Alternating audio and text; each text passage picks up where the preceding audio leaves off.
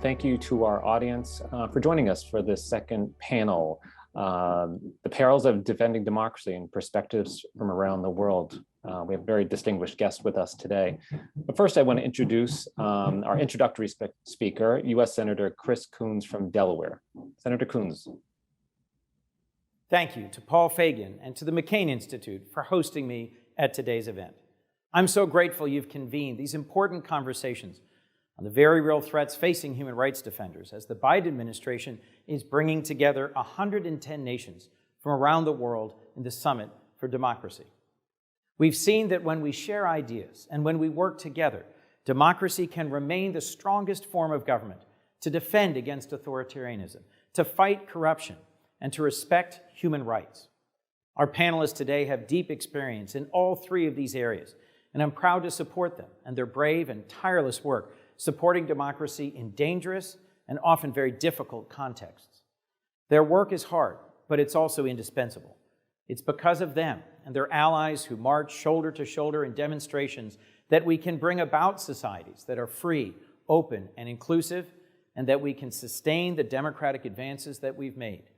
I've seen this in national contexts like Sudan, where pro-democracy activists led a peaceful revolution that successfully overthrew a 30-year dictator. And even now, thousands of Sudanese continue to take to the streets to defend their fragile democracy from authoritarian backsliding.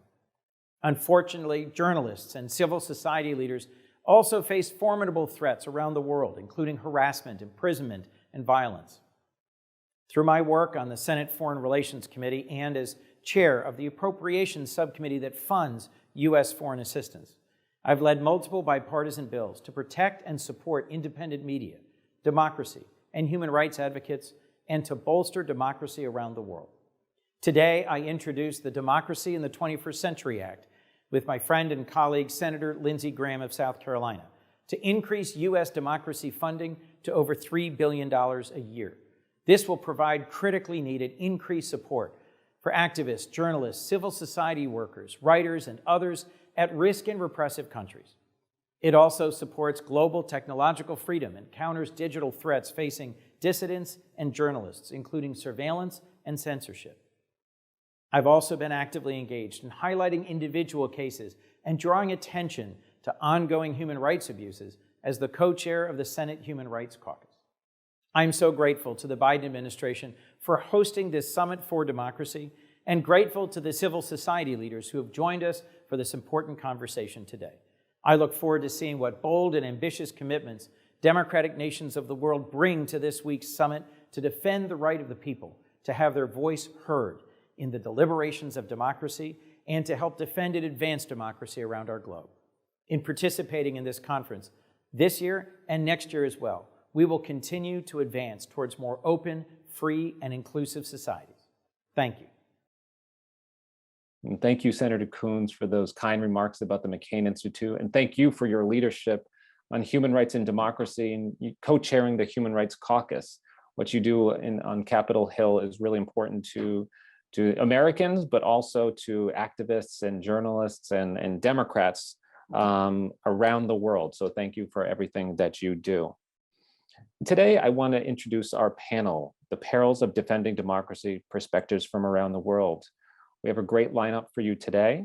First, we have Barış Altıntaş. She's a journalist and civil society professional from Turkey. She's the founding president and co-director of the Istanbul-based Media and Law Studies Association. Welcome, Barış. Second, we have Roman Badanin from Russia. He is the John S. Knight Senior International Fellow at Stanford University and the founder and editor-in-chief of the recently established investigative media outlet Agentstwo, and the former editor-in-chief of the investigative outlet Project. Welcome, Roman. And finally, we have Carla Angola Rodriguez from Venezuela. She's a multimedia journalist in a career spanning more than 20 years. However, 8 years ago, she had to flee Venezuela and ended in Miami. And currently, she's an anchor and reporter and editorial vice president for EVTV, the most important digital platform for Venezuelans around the world. So thank you, each of you, for joining us. I want to start off to an open question to all of you. All of you have, media backgrounds. and as journalists. And as you know, press freedom is under attack all over the world, as are general freedoms, freedom of speech, association, and religion. Each of your country ranks near the bottom of Press Freedom Index from Reporters Without Borders. It ranks over 180 countries. Turkey comes at 153, Russia is at 150, and Venezuela is at 148. Pretty low markings.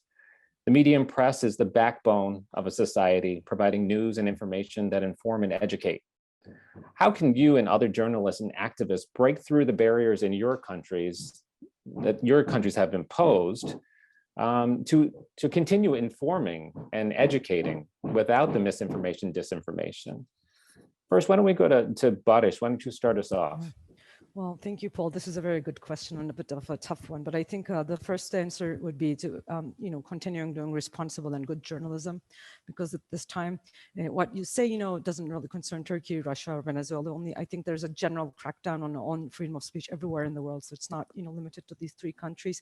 And there's also, combined with the misinformation and disinformation with social media, which we have seen a lot in, in the year of COVID, for example, in terms of anti-vaxxers or other anti-science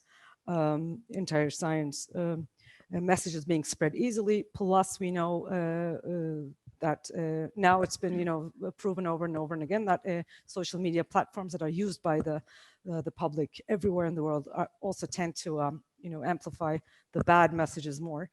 So I think the only cure is how, regardless of how difficult it is, to try to go on with our responsible and better journalism and verify and do what you're doing in the best way possible, I think is one answer. Carla, how would you answer that question? You're in Miami, but being broadcast into Venezuela, hopefully. How are you breaking through to your essentially constituents, your viewers? Well, first of all, you cannot imagine what you have done for Venezuela, allowing free-thinking journalists like myself to work from this land of freedom, allowing us to be a bridge between what happens in Venezuela and the rest of the world, so it doesn't remain hidden. This is the first thing we need, that the free media in countries like this help us amplify, as she said, what happens inside. Criminal dictatorships like the one in Venezuela reinvent themselves, evolve, and the media and democracies must do so at the same speed. Please go deep into all that happens to us. Venezuela sometimes disappear from the news for 6 months. Support digital media, let's make alliances. We who work in free digital media like EBTV need help to be able to spread this news. We are small in sources, but big in audience. For example, from March to May 2020, there were 37 arbitrary arrests of journalists in Venezuela. They were exemplary arrests to increase censorship and self-censorship. In the beginning of the pandemic, they were classified as traitors, and were accused of instigating hatred. It is very difficult for journalists in Venezuela to educate the population about what it means to be free, because they are also citizens under threat. According to the NGO Provea, during the first 15 months of the pandemic, March 2020, March 2021, there are a total of 300 arbitrary arrests without a court order and without blatancy. Political or social activists, health workers who denounce the precarious conditions to combat the COVID-19. 600 arrests are ordinary citizens who protest in the streets because of poor living conditions. The NGOs obtain these figures thanks to dissemination of digital media and human rights organizations, because there is no official data. In March, a writer was arrested for a satirical article about the Attorney General of Maduro, who has attended a mass wedding in the middle of the pandemic. They prohibited him to speak about what he experienced. They confiscated his work equipment to extract information that could compromise the regime. The 300 radio stations under threat or banished, 15 TV stations no longer on air, 70 newspapers are no longer printed in Venezuela. The regime created such difficulties in the printing paper supply chain that newspapers run out of business without visible government intervention. Thank you, Carla. In Roman, I think that story sort of resounds. It's similar in Russia, where the press is constantly under attack. Investigative journalism is difficult, but it is so important, as we've seen more recently on the exposés about Putin and his massive palace mansion. But how are you dealing? How are you and your colleagues dealing and breaking through and trying to tell the true story of Russia? Thank you, Paul, for this question, and thank you all for having us here today, and I appreciate your interest in what is going on in Russia. In terms of the civil rights and freedoms, Russia now, I would say, at the most dramatic moment in recent history. In fact, there has never been a real democratic government in Russia, but now the situation looks really terrible, even comparing with last year, for example. During this year, we faced an unprecedented crackdown on independent media, civil activists, and opposition. I can give you some figures. More than 50 people and organizations have been granted the status of foreign agents. More than 10 entities have been declared undesirable, including the investigative media project, which I headed. More than 10 searches have been conducted in the homes and offices of journalists in Russia during this year. At least 5 websites have been blocked by the authorities. At the same time, the largest opposition political organization in Russia, the Anti-Corruption Foundation, FBK, was recognized as extremist and liquidated totally. Its leader, Alexei Navalny, was jailed after his presumable poisoning. Dozens of his associates were forced to leave the country, and the thousands remaining in Russia risk being behind bars. Of course, the human rights situation in Russia has never been ideal, but the speed of deterioration now is the highest. And as you said, how we can continue working in such, I would say, dangerous circumstances. Of course, everything that is happening is alarming, but at the same time, I'm pretty much optimistic. I know that honest information has always survived in my country. Even during the late Soviet Union, we had samizdat. For those of you who know what I'm talking about, when Putin completely seized television, it was like 20 years ago, YouTube flourished in Russia. And now YouTube is a very important channel of spreading true information. And now journalism will not die. We are at the beginning of new era of Russian journalists. Some call it offshore journalism. Its main characteristic is that journalistic teams continue to work while physically they are abroad. So such journalism has become possible thanks to the widespread development of internet, secure messengers, and social networks, which give us a chance to spread our information no worse than television previously did. No, I think you bring up a good point of this offshore journalism. Obviously, Carla's in Miami, broadcasting into Venezuela. You're here in the United States and working on spreading news to Russia, getting news into Russia, and as are your colleagues in the country. Couldn't do it without them, I'm sure. As I said from the beginning, we are, this conversation is taking place a couple of days before President Biden hosts the Summit for Democracy. 2 of your countries have been left off of that list, Turkey and Russia. Venezuela is being represented by the interim government of Juan Guaido, while Maduro certainly was not invited. If you were to, I know this is a broad question, but if you were to meet Secretary Blinken or even President Biden, who are the hosts of this summit, what would you say to them? Let's start with Carla this time. Thank you, Paul. Well, Maduro at this moment usurps the presidential chair, right? He was declared illegal by the National Assembly and by 60 nations in the world. And there is an interim president, as you said, recognized by the democracies of the world, including the United States. But both Guaido and Maduro are within Venezuelan territory. Imagine the complexity of this situation. Maduro surrounded by Cuban spies, Putin militaries, Colombian guerrillas, and armed civil gangs in the streets. And Guaido trying to communicate a message of transition and change to the country, despite the fact that he has not been interviewed even once by an Opal Signal communication medium within Venezuela. The calls are made on Twitter, Instagram, Telegram, and WhatsApp groups, in addition to word of mouth.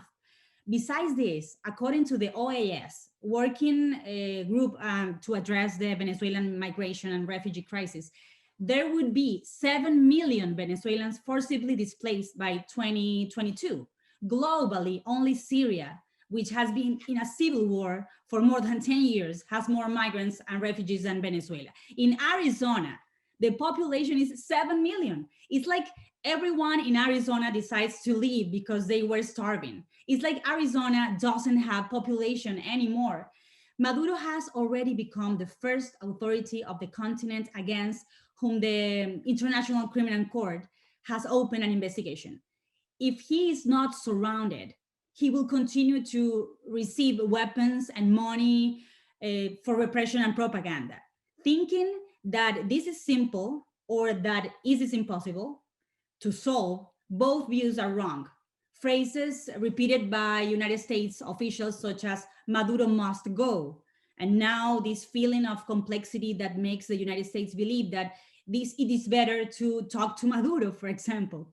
If you put a price on the head of Maduro, and the following month you present a transition plan in which he can participate as a candidate in a presidential election, it is confusing and it disappoints people. The fight must look real, should look coherent. Democracies can die. This is my message. Venezuela is a painful example for that. They can die of popular frustration if democracies don't solve problems. As Anne Applebaum says in her book, the tyrants arrive there with heroic speeches of salvation to destroy those democracies from within after being elected. But democracies also dies if they believe that authoritarians will always be able to do more than the honest ones prevails. No, Carly, you brought up a really, stark example of, obviously McCain Institute is based in Arizona. I mean, imagine, all of Arizonans left, that's incredible when you consider that there isn't a civil war. Obviously, there's a sort of this internal strife going on in Venezuela, but that's a really important continuing message that more than 7 million people have left Venezuela under these regimes of Maduro and Chavez. And let me turn it over to Roman. What would your message be to President Biden and Secretary Blinken if you had the moment, if you had a chance? Yeah, thank you for this question. It's really interesting one. So based on what I said above, I think that the main challenge for free journalism and civil society now in countries like Russia or Turkey and Venezuela as well, is the dialogue with the big technology companies. As I said, independent journalists and activists can now spread their information. For example, in Russia, only through social networks and mobile applications. I mean, YouTube, Twitter, Facebook, Instagram, App Store and Google Store. And communication, for example, is built only with the help of secure messengers like Signal, WhatsApp, Proton Mail, and so on. And what does this mean? The Russian authorities are exerting unprecedented pressure on global technology companies, first, to delete applications, to block websites, to restrict access to so-called illegal information. For example, to the investigation of how Putin gave a bank to his secret family. And this pressure will increase day by day. And for example, last fall, we saw that the large companies, Google, Apple, YouTube, went to meet some of the requirements of the Russian authorities. For example, they deleted all the materials of Alexei Navalny in social media, in YouTube and Facebook, fearing legal claims by the Russian authorities or fearing blocking in Russia. It was a very sad sign. And if this goes on, independent information in my country will be at high risk. Therefore, if I had the opportunity to convey like one question to the leaders of democratic countries, I would recommend them to influence large companies so that they start a dialogue with civil societies in countries like Russia, so that they value basic human rights higher than profit, higher than legal, so-called legal compliance in such countries like Russia. For example, American regulators, after a series of scandals, were able to force large techno companies to start a dialogue with American society. The same should be done at the global level. It's unacceptable that there are several YouTube channels in the world, for example, free YouTube for residents of North America and Europe, and not free for Russia, Turkey, and China. It's unacceptable. Those are, again, really interesting points about social media, especially, in the United States, it's getting a bad rep.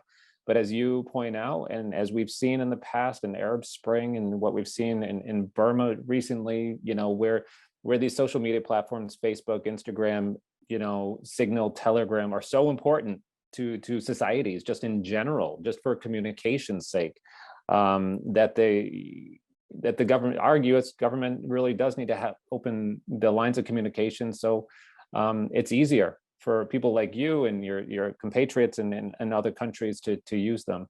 And then finally, Barış, what's your message? The message from Turkey to President Biden and Secretary Blinken. Turkey's in a sort of a different situation than these two countries, but similar as well. Yes, indeed, in many ways. So first of all, I don't think any world leader actually can have any influence at this point over Turkey. I am not, I'm saying this not pessimistically, but I think this is, we should be fighting for our own democracy. But again, I want to be Roman, but yes, I think any leader who has the power or influence to reach out to big tech, because in Turkey, as in the case of Russia, this is the only space basically for civil society and journalism that stays. And when you have big tech on the side of big governments, for example, good example from Turkey, where a court order banned the LGBTI app Hornet, and an app store removed it from its store from on Apple phones. Similarly, Navalny's application was taken off in Russia before the elections. I mean, these examples can be enumerated, and this is a extremely important point. So I just want to repeat this. Though I said I'm not as optimistic as that Biden or anybody can have power over these big tech companies. And lastly, I also want to say that for the case of Turkey and Eastern Europe and Russia, that we've seen that these governments also make use of anti-terror financing laws in a way to basically either suppress NGOs or journalists or completely legitimate organizations. And this is, I think, something that the democratic world and the banking system should definitely be on the lookout for and be more alert about. I think that would be my message to anybody. This is very important. Yeah. Those are really important messages. And it kind of leads to my next question. What are dictators learning from each other? I think several of you mentioned, especially over the past now almost 2 years, we've been going through a global pandemic. But what are some of the tools that you think that other dictators are learning from others and taking those up? Roman, do you want to start us off? Yes, thank you. Well, again, what I'm saying is all about internet. I often repeat the phrase, all the same phrase, no fools are in the Kremlin. Of course, they also closely monitor the changes taking place in the world, including technological ones, and they react to them, and they learn from each other. For example, it's obvious for us that the Russian and Belarusian dictator regimes have learned a lot from each other. But I repeat that for all dictator regimes around the globe, the main challenge now is the development of the internet and access to information. Therefore, it's obvious for me that all autocrats will move towards establishing control of the network in their countries. That is why the main thing that free countries should do right now is to try to guarantee access to the internet in authoritarian countries. I couldn't agree with you more. Carla, how do you respond? You know, what is Maduro learning, or what is he exporting? He's a good student. In fact, Maduro's regime uses frontmen, figureheads, allied businessmen to act as intermediaries who appropriate those media, change editorial policy and silence them. They even took free international media out of the cable channels. They went so far that dictatorship drafted a law to establish that it is illegal to speak against them. According to the UN fact-finding mission to Venezuela, public officials of the regime gives public press conferences on the guilt of opponents, present the theory of the case before the court can prove it.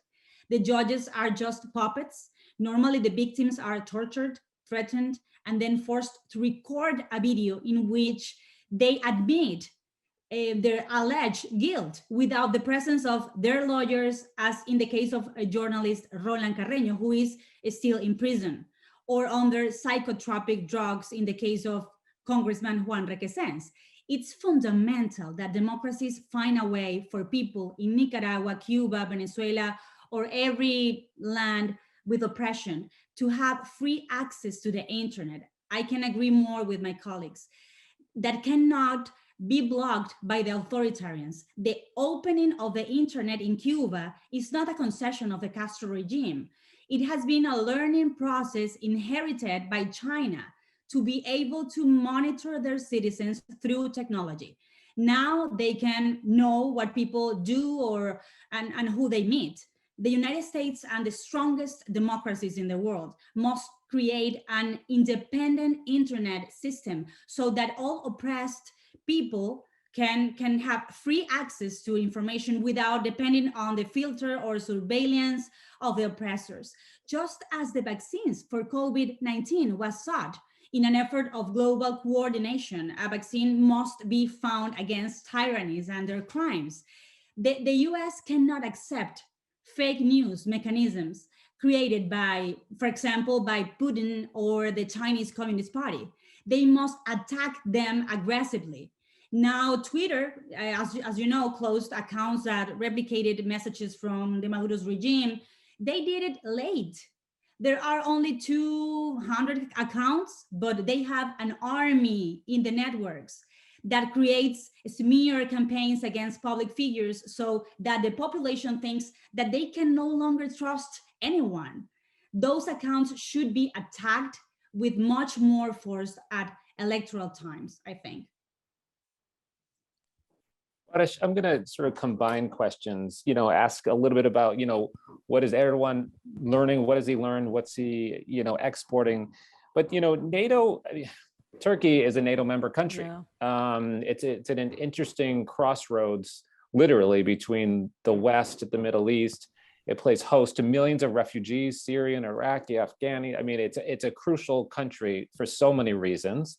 And yet, you know, the democratic downturn has been so dramatic over the past decade, 2 decades since he's been in power. So how bad is the situation for journalists? And, you know, but, you know, basically that's the question. How bad is it? Well, it is pretty stressful, as you know, because since you know, there was a coup attempt in Turkey in 2016, and following like a number of newspapers, about 200 were shut down. And before that, I'm not going to bore you to death with details, but a lot of government-aligned businessmen bought over media. So most of our mainstream media are now in government hands, either directly or by proxy. So for most journalists, they either have to be, you know, freelancers or work for international media outlets, which also comes with, you know, maybe not like in Russia, but still, being a spy agent, not yet, by the way.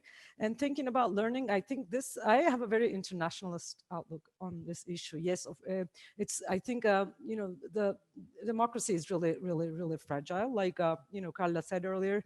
And I think there's a trend around the world, what's going on in Orban in Hungary, what Orban is doing in Poland, or in, Putin and Turkey, obviously in Russia.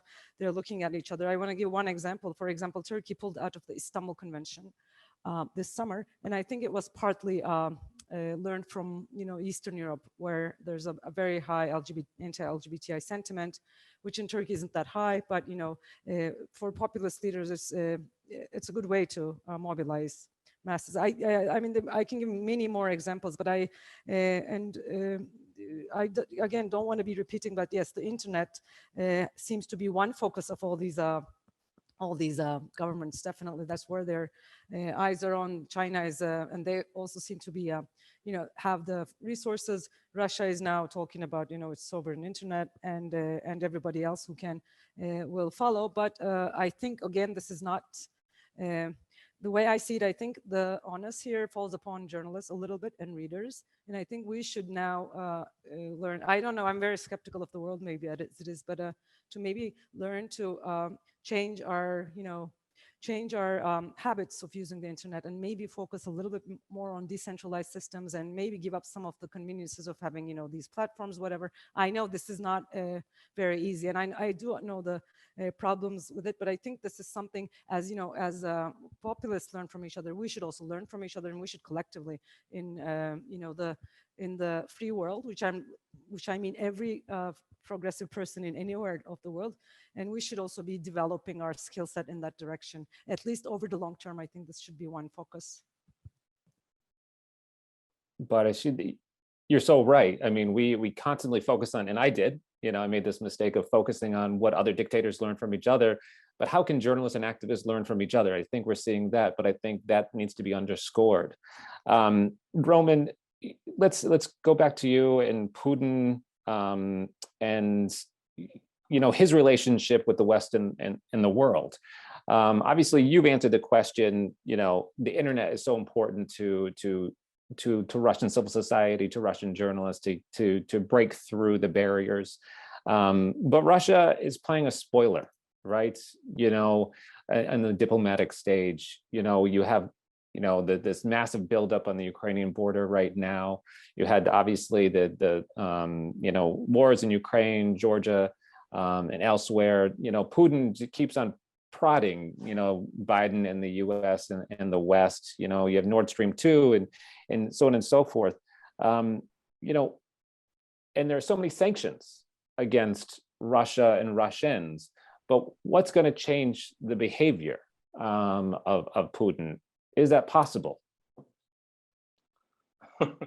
Well, first of all, I want to say that I completely agree with what Boris just said. We should learn from each other as well. And I'm really glad that we had an opportunity to meet one day, like last month in Europe, to talk to Boris. Yeah. So first of all, a little bit of history.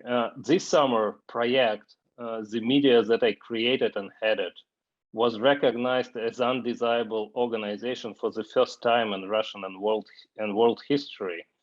Really, no media organization have ever been recognized as undesirable. So for those of you who don't know, what does it mean? Undesirable organizations are the know-how of the Russian authorities. They assign the status to organizations they want to ban effectively. There are now about like 60 entities on this list, such as, for example, Bard College, Open Society Foundation, and Project. So recognition as undesirable, in fact, means a ban of any work in Russia under the threat of imprisonment. That's how it works. You asked what Putin learned from the other dictators. Well, he's a good student again. Therefore, for example, I was forced to leave my homeland. Despite these sad events, I am still, as I said above, I'm still full of optimism. The first thing I said to my team when Project became undesirable, look guys, they are really afraid of what we are doing. They were clearly annoyed by our investigations. They were angry. It was a real impact from our work. You know, it was very painful question for Russian journalists for years. We did a lot of sensitive stuff about murders, about corruption, and many other dirty things, but nothing happened after our articles before. I mean, no resignations, no criminal charges against officials. And now it happened. It was a real impact. What does this mean? That investigative journalism can steal and maybe even more than before hit dictators like Putin. They are afraid of what we are doing, and we need to keep doing our work. Yeah, and this is a good segue to Carla, who's also out of her country, her homeland, and based here in the United States as well, having been forced to flee Venezuela. As you mentioned, the interim government of Guaido is recognized by the United States and many other countries around the world. And the populists like Chavez, who's now deceased, and Maduro have systematically, dismantled democracy in your country. Maybe it wasn't perfect before they came in, but they used the levers of democracy to get what they wanted and to destroy it from within. And as I think we have seen in Turkey and Russia to an extent. So how can the situation in Venezuela change? Guaido is still there, very brave, but how can it change? What can we do? Well, to give you an idea of who has bought the media in Venezuela, the owner of Globovisión, the news channel within Venezuela where I worked for 18 years, is Raúl Gorrín. He has been added to ICE's most wanted list for conspiracy to violate the Foreign Corrupt Practices Act and several counts of money laundering. And he has an indictment here in the Southern District of Florida. My generation of journalists in Venezuela became the first to wear bulletproof vests and gas masks to cover a simple street protest, something usually reserved for war correspondents. In the case of Venezuela, it is a war zone sponsored and declared by the regime on its own unarmed people. Globovisión was practically one of the few independent media outlets in Venezuela. What the regime did, they started sending colectivos, violent civil groups, to our TV station, launching Molotov cocktails to our cars, cornered us so badly that we had to climb out through the roof of the building, and our neighbors helped us to escape. First, they sanctioned us, attacked us, and since nothing worked to shut us up, they bought the TV station through this front man. Now the only media that really reaches the people with the truth and real facts is delivered through alternative social media platforms. They silence the press by going after journalists' loved ones. They go against our families. There are so many examples of journalists in Venezuela whose houses were raided. The regime tear down the door of our homes. They arrest them for a few hours, and who knows what threat they received before being released. The regime slowly morphed this censorship plan. Instead of fighting the media, they purchased it, forcing the owners to sell or shut down. After Venezuela's regime took control of most major media outlets, they started harassing regular people just for tweeting any sort of criticism. Cases like Councilman Fernando Albán, who was tortured for 3 days and tossed out of a 10th story window from the Sevin building, analogous of the KGB, to later declare that he committed suicide.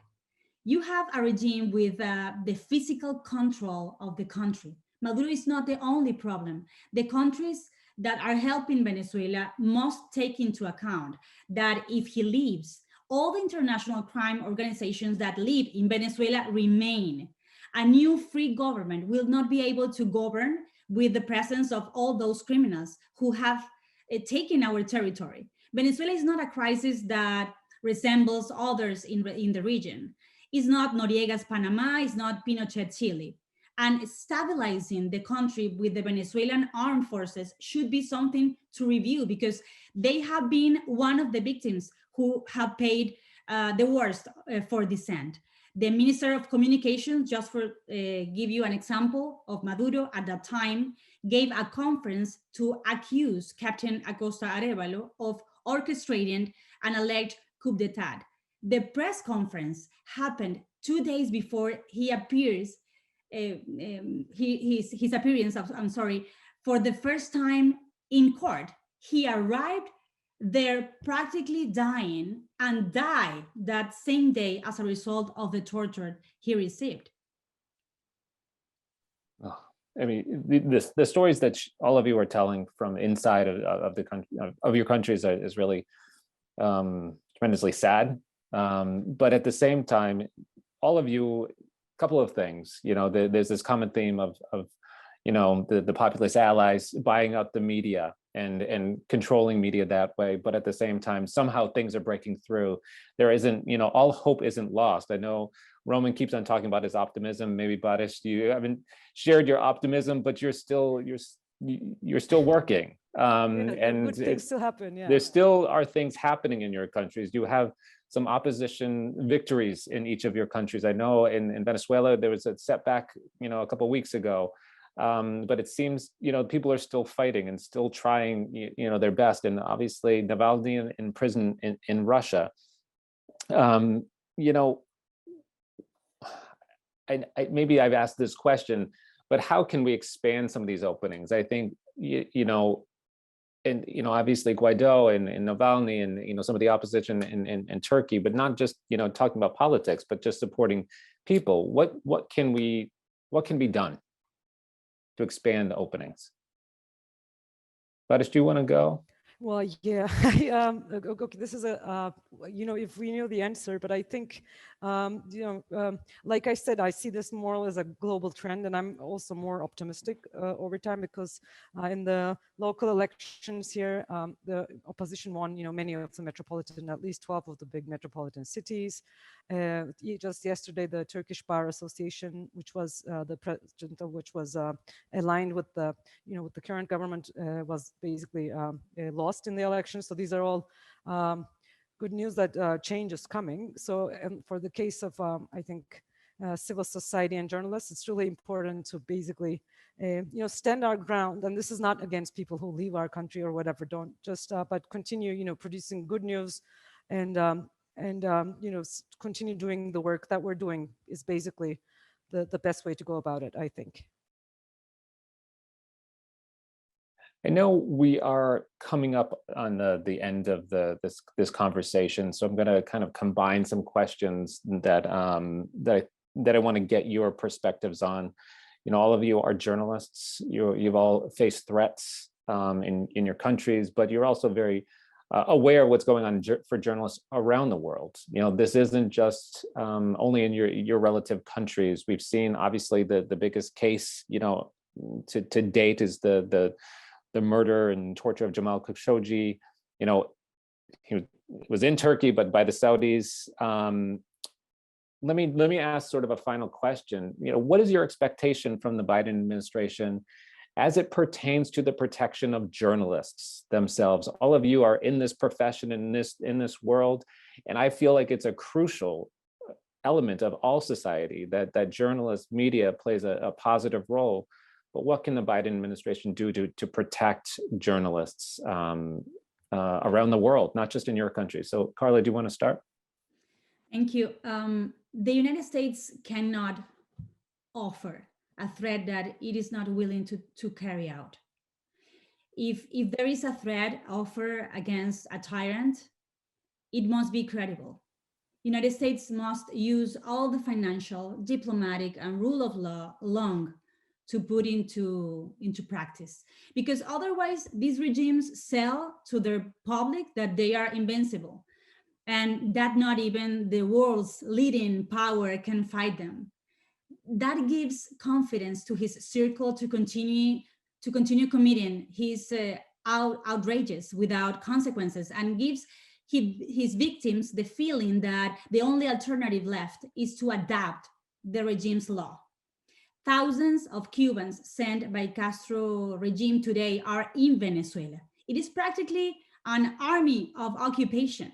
There are reports that Putin sent officials from the Wagner group to guard the Venezuelan mines and refineries. It is not a classic invasion. I'm so sorry. I remember the scandal generated by, you have to remember this, by that image of John Bolton in the Oval Office with a yellow notebook in which you could read 5,000 troops to Colombia. Well, that never happened, and it became a scandal. Foreign mercenaries are in Venezuelan territory, and that does not alarm the United States. The United States is under threat because of the drug that can cross freely throughout Venezuela. In the United States, there are every year 7,000 deaths for overdose.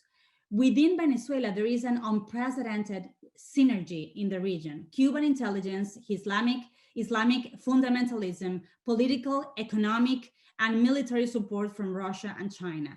Iran is no longer 7,000 miles from the United States. They are here. How does the United States know that, for example, the Quds forces that, according to the Southern Command, are in Venezuela, are not planning an attack against the United States in the future? But also just having these kind of criminals here is allowing them to finance violent movements in the continent democracies to destabilize them. We are not fortune tellers, but it is easy to predict that the malign actors in the region will try to sabotage the next presidential election in Colombia. And Colombia is the main ally of the United States. It is not something this country can ignore. It's bigger than just the media and the censorship and the journalism work. This is bigger than us and bigger than the citizens. I think you answered the question in a way that it is bigger than just journalists.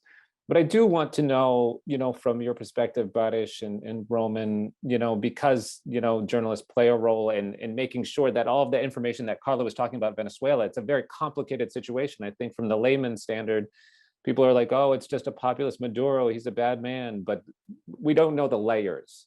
But, but to get those layers told, we need journalists. So Baris and Roman, how can we support journalists in their efforts to get that information out to in a sense, pressure the United States government and Congress to act?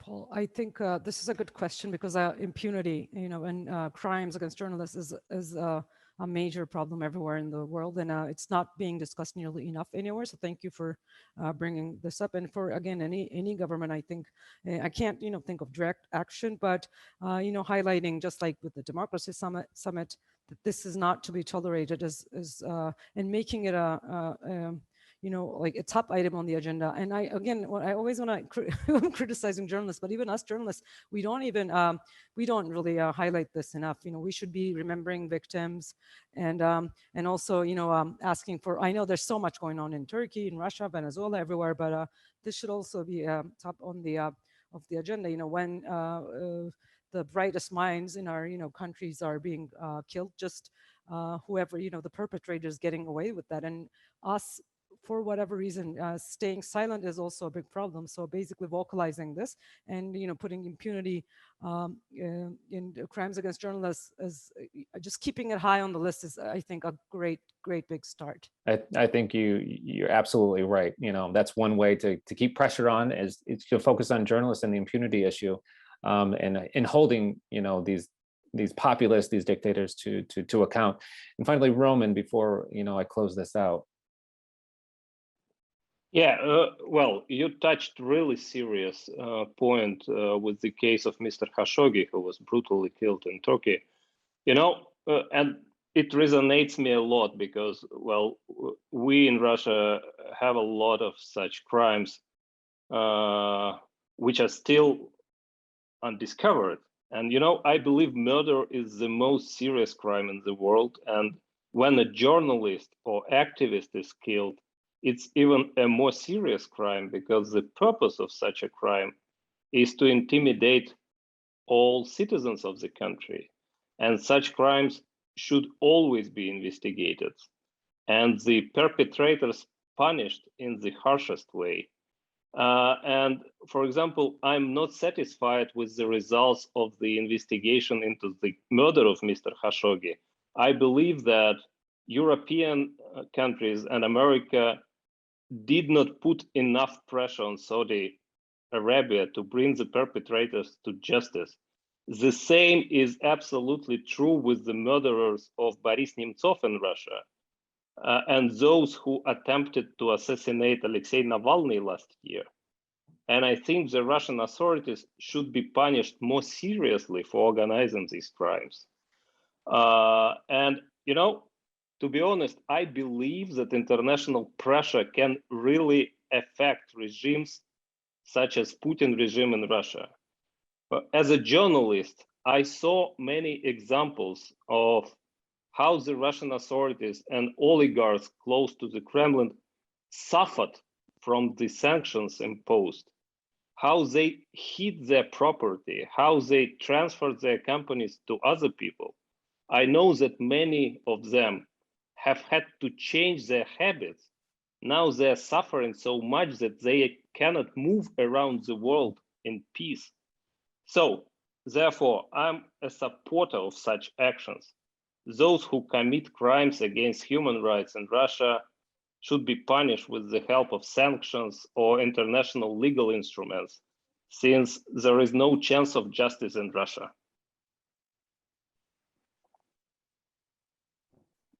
I just want to make sure that I feel like what you ended on, Roman, really encapsulates sort of this whole conversation, focusing on sort of the perils of defending democracy. We from each of your countries, from around the world, you know, oftentimes journalists are held up on these pedestals because they are putting themselves out there. You are putting yourselves out there. You know, some of you in country still, but others having to flee.